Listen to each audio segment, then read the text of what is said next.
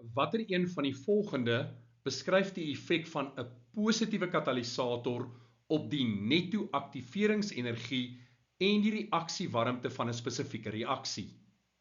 Die korrekte antwoord is D. Kom ons begin met die vraag, wat is 'n positiewe katalisator? Jy moet in graad 12 die definisie van 'n positiewe katalisator ken as 'n stof wat die tempo van 'n chemiese reaksie verhoog sonder om self 'n permanente verandering te ondergaan.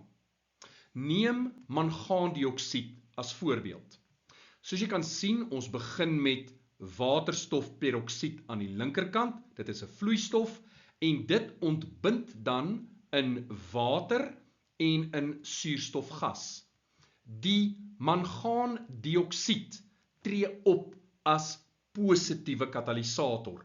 Dit help om die reaksie vinniger te laat plaasvind, maar dit bly onveranderd agter na afloop van die reaksie.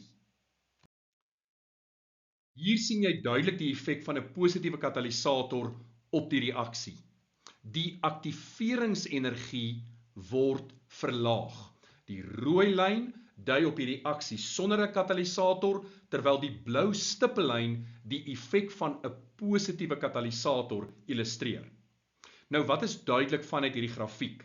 Die reaksiewarmte delta H bly dieselfde, ongeag of jy 'n katalisator gebruik al dan nie.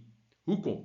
Want die energie van die reaktanse bly presies dieselfde en die energie van die produkte bly ook onveranderd. En as daai twee waardes onveranderd bly, dan moet delta H ook onveranderd bly. Nou jy mag dalk wonder, as daar positiewe katalisators is daar ook negatiewe katalisators? En die antwoord is ja. Ons noem 'n negatiewe katalisator 'n inhibeerder. Nou dit val buite die fisiese wetenskappe leerplan. Die van julle wat dalk lewenswetenskappe het, daar word so bietjie daaraan geraak as julle werk met endokrien en die hormone en inhibering en al die klas van goeters, maar dis buite die skynat syllabus. Nou wat ek wel wil sê is, waar 'n positiewe katalisator die aktiveringsenergie verlaag en die reaksietempo verhoog, sal 'n negatiewe katalisator die teenoorgestelde doen. Kyk hierso, die stippellyn stel die inhibeerder se reaksiepad voor. So met ander woorde, die aktiveringsenergie word nou verhoog en die reaksietempo word verlaag.